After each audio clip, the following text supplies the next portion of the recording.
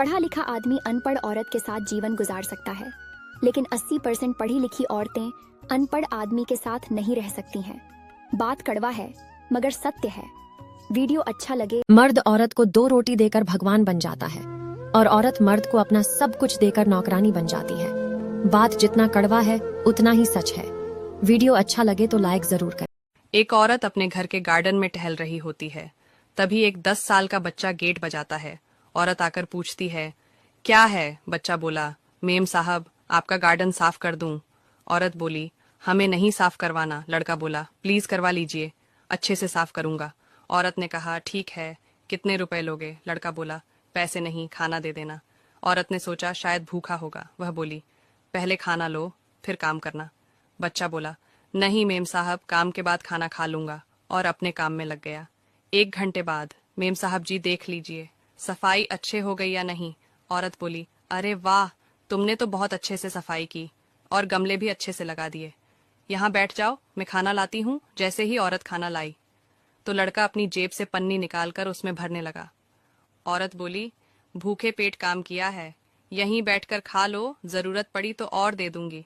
लड़का बोला, नहीं मेम साहब, मेरी माँ बीमार है। मेरी माँ आज भी अनपढ़ है। आज भी उससे 1 रोटी मांगता हूँ तो वो 2 रोटी दे देती है। दुनिया का जो सबसे अच्छा अलार्म होता है वो माँ होती है। आप कहेंगे सुबह 7 बजे उठाने के लिए तो वो 6 बजे उठा देगी और कहेगी बेटा 8 बज गया। अगर आपको इस दुनिया में बेहतरीन ढंग से कोई जानता है तो वो आपकी माँ है। वो पूरी दुनिया से आपको 9 महीने पहले से जानती है।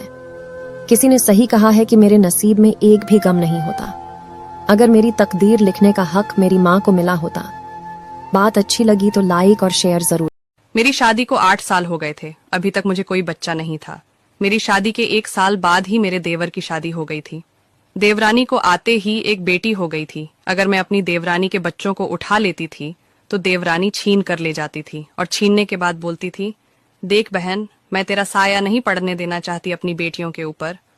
और अगर गलती से कभी मुझे सुबह सुबह देख लिया तो बोलती थी, दिन खराब जाएगा।